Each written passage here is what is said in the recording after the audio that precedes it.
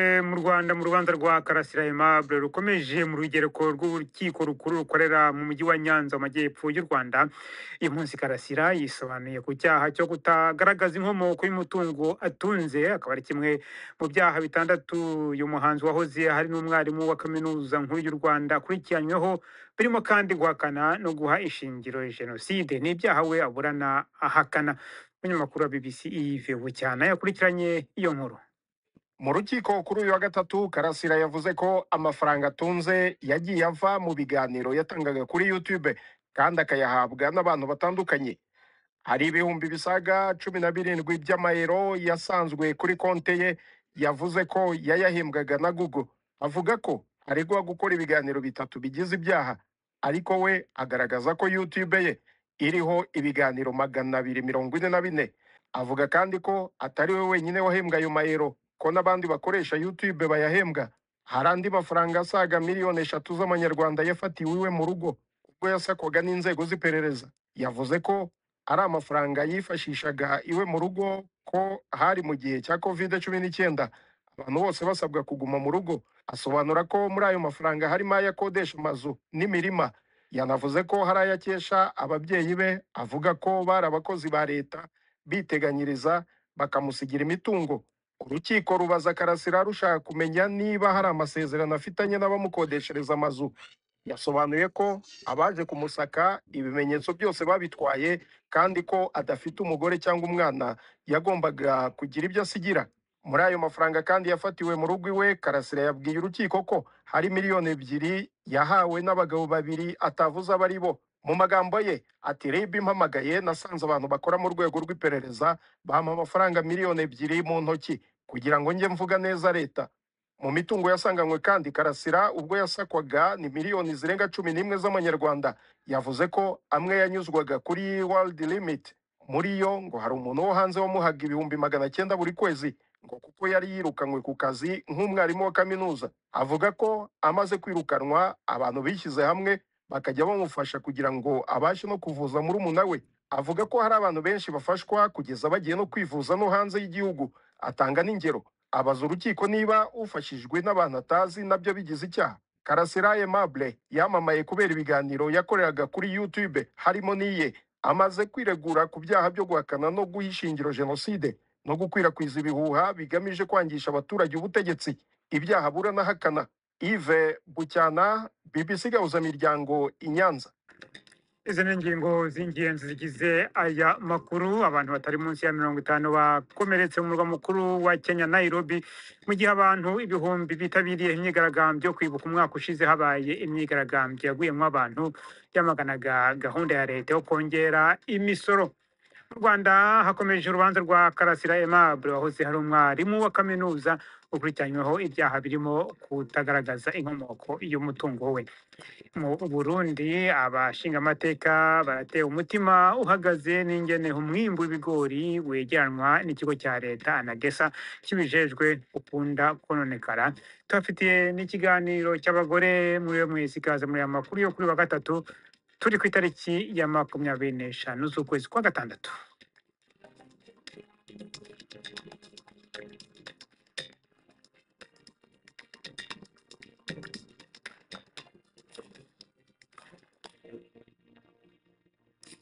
Aya makuru ku buryo burambuye ni mu kanya. Ni Nahira Dukunda amaze kutugezaho muri make amakuru y'ingenzi avugwa hirya no hino ku isi.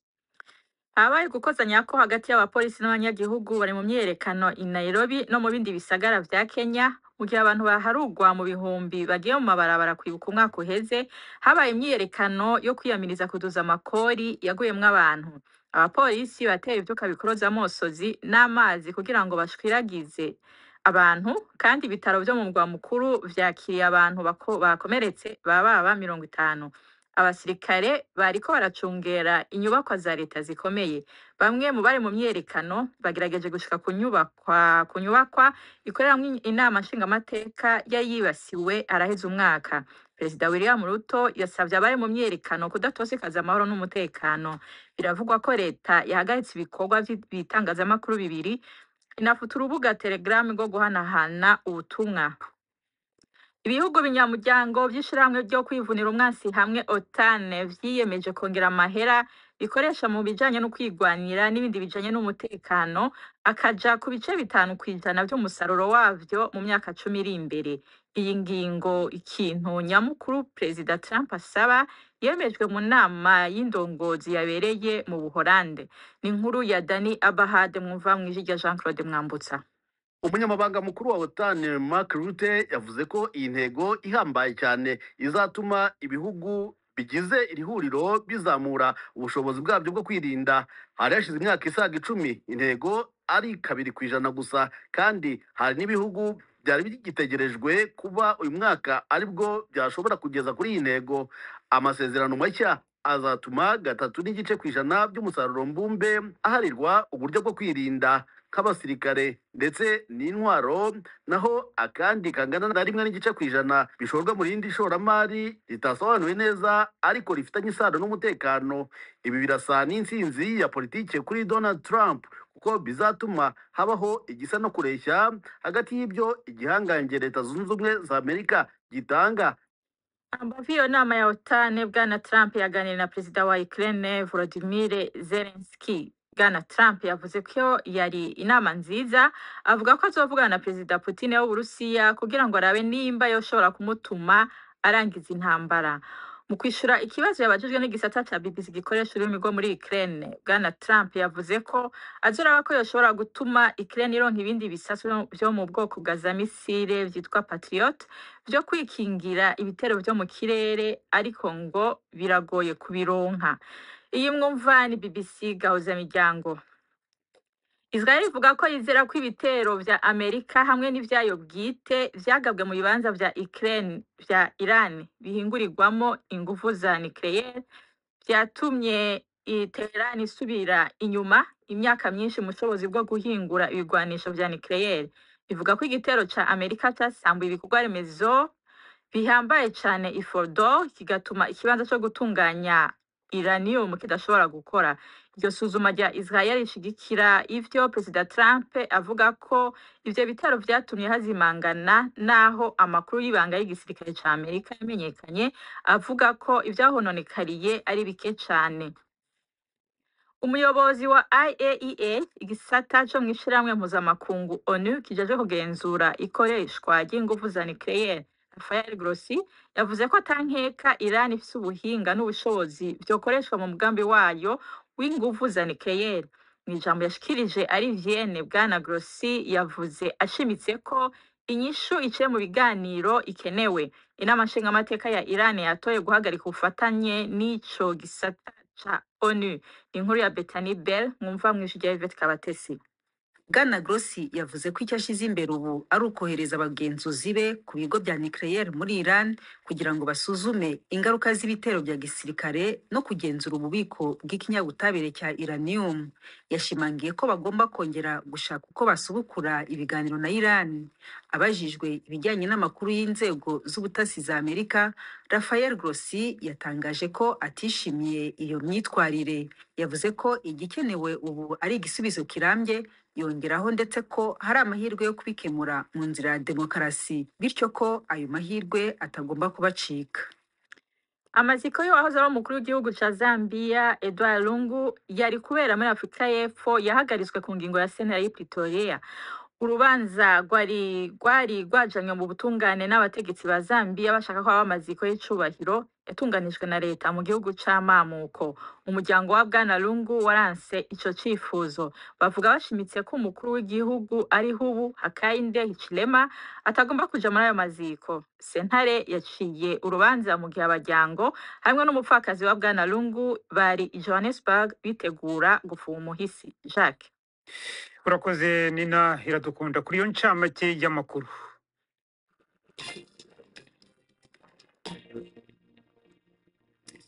Yumvise mu kanya abantu batari munsi ya 50 bakomeretse mu murwa mukuru wa Kenya Nairobi, mu gihe abantu ibihumbi bitabiriye imyigaragambyo mu gihugu hose bibuka umwaka ushize habaye imyigaragambyo yaguyemo abantu yamaganaga gahunda ya leta yo kongera imisoro. Icyari kigamijwe nk'urugendo rwo kwibuka mu mahoro uyu munsi rwahindutsemo imvururu. Inkuru ya Akisa Wandera muragezwaho na Robert Patrick Misigaro.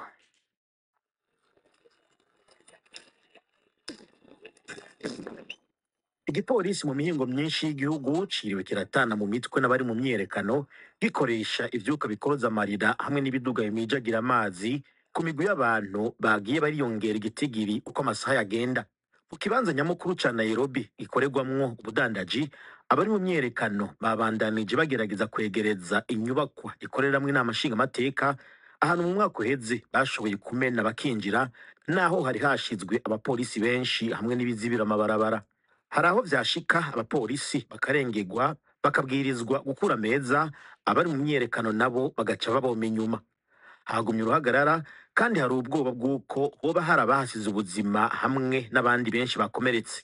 Mu gihe ibintu vyari bishushe, leta ya Kenya yategetse amateleviziyo yose n'amaradiyo guhagarika gutangaza ibiriko biraba ikibiriraho, ibintu vyagize inkurikizi zitari nziza.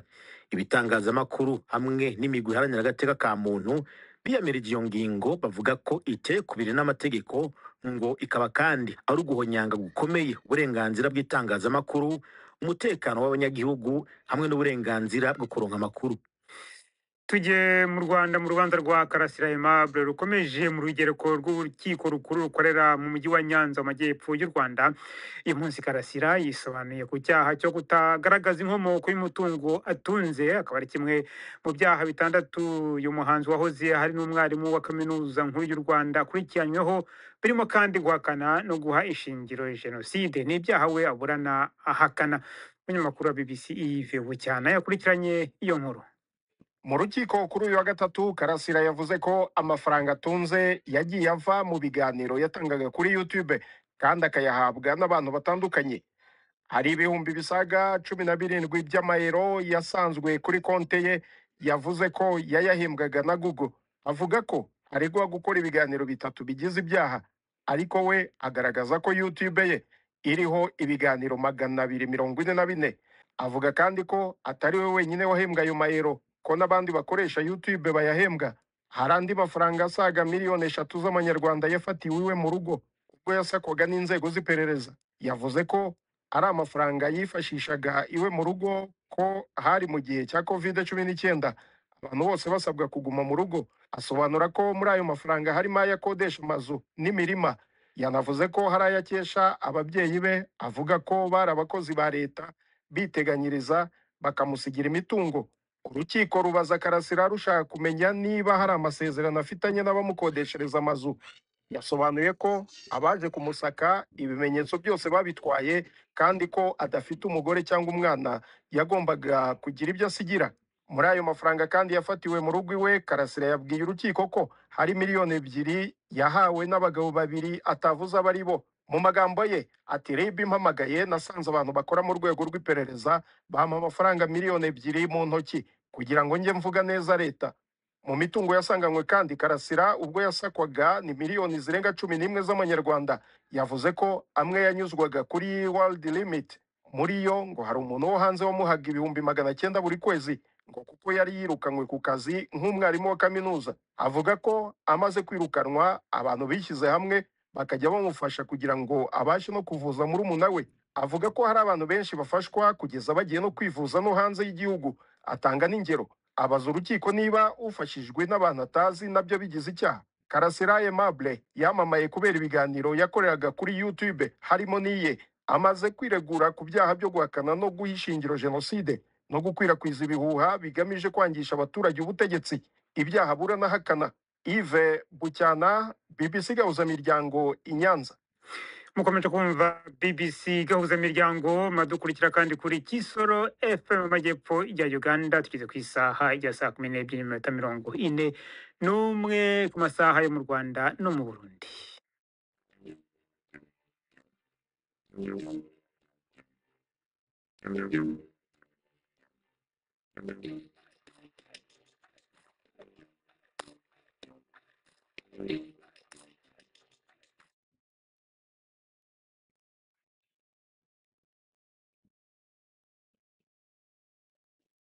U.S. General from Harbor Freight.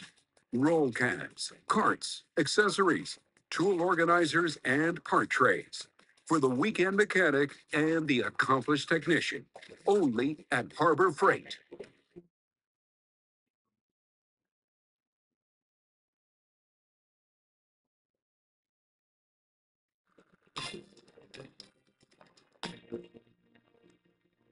Mu Burundi abashingamateka batewe umutima uhagaze n'ingene umwimbu w'ibigori wegeranwa n'ikigo ca leta Anagesa kibijejwe ukunda kononekara. Ni mu gihe mu matoni arenga gato 71,000 yahora mu bubiko ayagera kuri 20 azohabwa ibitungwa kubera ariko arononekara. Abashingamateka babona ko leta ifise ingorane yo gutunganya iki gisata bagasaba ko hotorwa inyishu vuba. Babishikirije kuri wa gatatu igihe abashikiranganji babiri uw'uburimyi uw'ubudandaji bari baramutse bishura ibibazo imbere y'inama nshingamateka. Ni inkuru ya Gildas Hundimundo. Ingorane ijanye n'umwimbu w'ibigori ukunda kononekarira mu bubiko bw'ikigo Anagesa kije no kuwegeranya yagarutsweko akatari gake. Abashingamateka batewe impungenge no kubona iyi ngorane imaze gushika inshuro nyinshi. Pascal Gikeke na Agathon Rwasa. Igihe mwaheruka hano mwari mwatubwiye neza yuko hariho umwimbu w'ibigori wononekaye. Sinzi rero aya matoni 500 ko vyononekaye bivuye muri bwa bubiko mwari mwimburiyemo aho Anagesa yari yagiye gushingura, nuko mwagiye guharura canye yuko ari vyononekaye mumaze kubona yuko ivyo muri kumugurisha badashobora kuvyakira kubera byamaze kononekara. Muri leta hariho ikibazo ca planification kandi ico mutagitoreye inyishu izoguma ari ingorane. Umushikiranganji w'uburimyi n'ubworozi Prosper Dodiko aremera ko hari amatoni menshi y'umwimbu yononekaye, ariko akavuga ko atononekaye cane. Ivyo tumaze kugurisha hibonekeje ibiro 500, atari itoni 500, ni biro 500 nivyo vyibonekeje yuko ivyo bitegerezwa gutabwa kubera vyarononekaye. Mugabo zirya toni 20 navuze si toni 200, ni toni 20 nizo zerekana yuko zarononekaye buke mugabo amanalize twagize yarekanye yuko dusha kuyaha ibitungwa kandi n'ubu turafise aborozi bariko barabidusaba. Abashingamateka bagarutse no ku ngingo yo gushinga ibiciro ku biribwa bitandukanye yafashwe mu kwezi kwa gatatu n'ubushikiranganji bw'ubudandaji, ariko gushika ubu ikaba itarakurikizwa. Mbega bimaze iki gusohora itegeko cyangwa ingingo itaja mu ngiro? Ikindi akibajije kubera ko hari itegeko yakwa mushinganyi mwasohoye rishinga ibiciro by'ibiribwa, ariko ko turaraba iryo tegeko ntacyo ryamaze. Umushikiranganji w'ubudandaji Chantal Nijimbere asigura ko bayifashe bisunze amategeko y'igihugu, yamara aremera ko bishika ibintu ku rubuga bikagenda bihindagurika bitewe n'imvo zitandukanye. Uwo mutegetsi avuga ko inyuma y'amezi 6 hazobisuzuma kugira barabe ingene vyifashe. Ivyo code du commerce niryo bwiritwa twisunga riravuga ibintu bibiri. Ca mbere rishimikira ko riravuga riti ibiciro vyoshingwa hisunzwe ubwigenge hagati y'umwimbu n'abaguzi. Ukuvuga le droit de l'offre et de la demande. Gildas Hundimundo i Bujumbura. Kiri mu rwego rujyanye n'uburimyi, ubushakashatsi bwakozwe n'impuguke ya Loni bugaragaza ko mu Rwanda abagera ku bice 17% badatekanye ku bijyanye n'ibiribwa, naho ikigo cya leta kibarurisha mibare cyo kikavuga ko igiciro cy'ibiribwa cyazamutse ku rugero rw'ibice 10% mu kwezi gushize kwa gatanu ugereranije nuko byari bimeze mu kwezi nk'uko umwaka ushize. Hirya no hino abaturage bo baravuga ko ifunguro rihagije ribona umugabo rigasiba undi. Mugenzi wanjye Jean Claude Mwambutsa yasuye intara y'Amajyaruguru isanzwe ifatwa nk'ikigega cy'igihugu, asanga naho ibintu bitoroshye. Ni inkuru tubasubiriramo.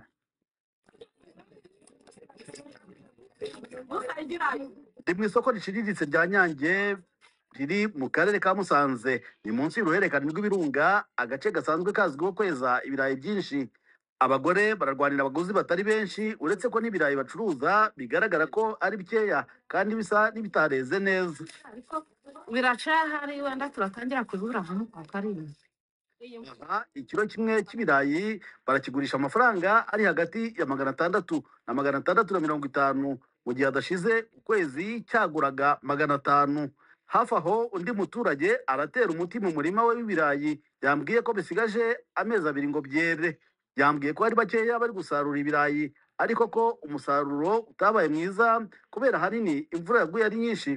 Nta mwero guhari, abicera neza nkuko byeraga mbere. ubwo nta kundi kuntu leta nayo izashaka nibona umwero gwanze izashaka ukundi kuntu nayo ishiramo akabaraga muri rusange ntabwo ari byinshi biribwa. Ikibazo cy'ubwiyongere bw'abaturage buri hejuru cyane ndetse n'ubutaka buto buhingwa nabyo ngo biri mu bituma ikibazo cy'ibiribwa kigaragara cyane muri iki gihe. Hari abavuga ko ikibazo cy'amasambu kibakomereye ndetse hakaba n'abarya ari uko bavuye guhingira abagize amahirwe yo kuba bayafite. Nduhungirehe ni wo mu murenge wa Nkotsi w'akarere ka Musanze.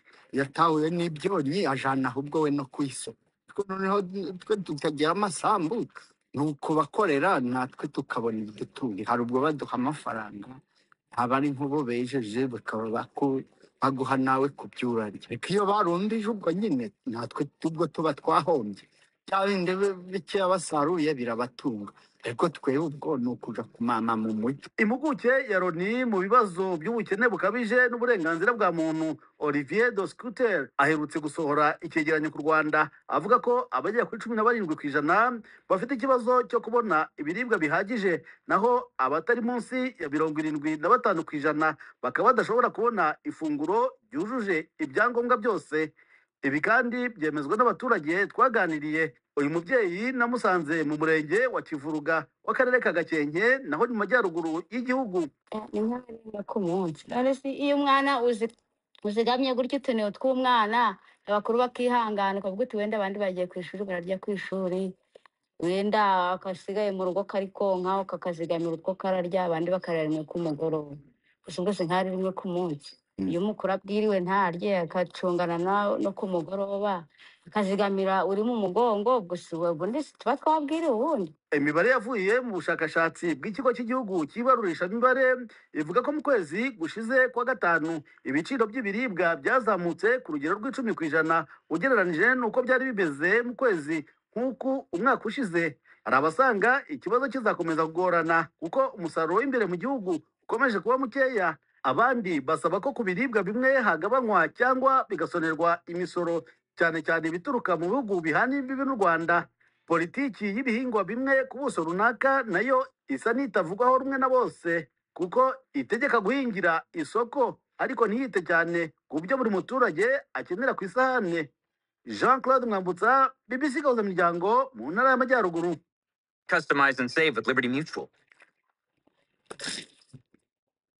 Be funny, Limu.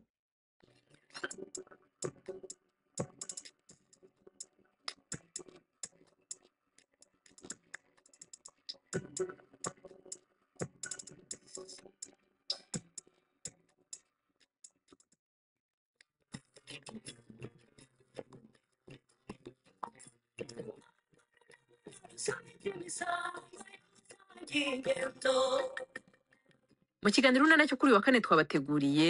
Yes, hello. Hello. Bari rwose sinashoboye kukwitaba kimpamagara Leya. Nta mahoro se kumpamagara nk'utabaza. Pardon, vraiment sinashoboraga kukwitaba. Ngo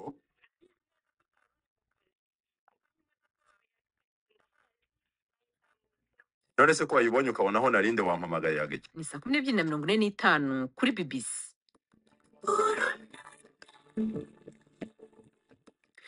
Ubu noneho ni umwanya w'ikiganiro cy'urubuga rw'imikino. Uyu munsi mwateguriwe kandi mugezwaho na Yves Bucyana. Mu mikino inkuru ivugwa cyane n'ikipe yo mu Bufaransa ya Lyon yamanuwe mu cyiciro cya kabiri kubera ibibazo by'umutungo. Iyi kipe yamanuwe by'agateganyo na DNGC, urwego rugenzura amakonte y'amakipe y'umupira w'amaguru yabigize umwuga mu Bufaransa. Abayobozi ba Lyon bari mu muherwe ufite imigabane myinshi John Textor babonanye n'abayobora urwo rwego ejo kuwa kabiri, ariko bananirwa kurwumvisha uburyo iyo kipe iri kugenda irushaho gushyira ibintu mu buryo mu byerekeranye n'ubukungu kugira ngo Lyon ivanirweho icyo gihano. Ikigo cy'ubucuruzi cy'uyu muherwe cya Eagle Football gifite imigabane muri Lyon ingana na 77% mu kwezi kwa 10 umwaka ushize cyari cyatangaje ko kirimo amadeni angana na miliyoni 422 z'amapawundi. Itangazo Lyon yasohoye iravuga ko icyemezo cy'urwego rugenzura amakonti y'amakipe mu Bufaransa kidasobanutse. abayobozi b'iyo kipe bavuga ko bagiye kujurira kumanurwa kw'iyi kipe mu cyiciro cya kabiri bishobora kugwa neza ikipe ya Crystal Palace no kwiha icyizere cyo gukina irushanwa rya Europa League umwaka utaha. Crystal Palace iracyafite ikibazo cy'uko ishobora kudakina iri rushanwa hagendewe ku mategeko ya UEFA y'uko ikipe ebyiri ziyobowe n'umunyamigabane umwe zidashobora gukina mu irushanwa rimwe. Ibi byasabye John Textor kugurisha imigabane ye yari afite muri Crystal Palace ihwanye na 43% ku wa mbere w'iki cyumweru. Tujye mu mikino yo guhatanira igikombe cy'isi cy'amakipe iri kubera muri Amerika. Benfica yarayitsinze Bayern Munich igitego kimwe ku busa irangiza imikino yo mu itsinda C iri ku mwanya wa mbere. Ibi bivuze ko Benfica izahura na Chelsea muri kimwe cy'umunani kirangiza. Chelsea yo yanyagiye Esperance de Tunis yo muri Tunisia ibitego 3 ku busa. Mu yindi mikino ikipe ya Flamengo yo muri Brazil yanganyije 1-1 na Los Angeles, nayo ibona itike yo gukomeza mu itsinda rya kane. Imikino iteganyijwe muri iri joro, ikipe ya Borussia Dortmund yo mu Budage ifite amanota 4 irahura na Ulsan HD yo muri Korea y'Epfo iri ku mwanya wa nyuma. Borussia Dortmund kunganya birayihagije kugira ngo ikomeze muri kimwe cy'umunani. Ni mu gihe ikipe ya Fluminense yo muri Brazil nayo ifite amanota 4 iri buhure na Mamelodi yo muri Afurika y'Epfo yo ifite amanota 3 ikeneye gutsinda uyu mukino igakomeza, naho Fluminense nayo ikeneye inota rimwe gusa ikaba yakomeza muri kimwe cy'umunani. Soreze ku makuru y'igura n'igurisha ry'abakinnyi muri iki cyumweru. Paul Pogba ngo arasoza ibyo kwerekeza mu ikipe ya Monaco yo mu Bufaransa ubwo azaba agarutse mu mupira w'amaguru nyuma yo guhagarikwa igihe kirekire kubera gukoresha imiti yongera imbaraga mu mubiri. Amakuru aremeza ko Paul Pogba azerekeza mu gihugu cye cy'Ubufaransa muri iyi minsi avuye aho atuye ubu muri Amerika, ajyanywe no gupima ubutarumikwa ndetse no gushyira umukono ku masezerano. Ayo niyo y'imikino nabateguriye uyu munsi. Ndi Yves Bucyana.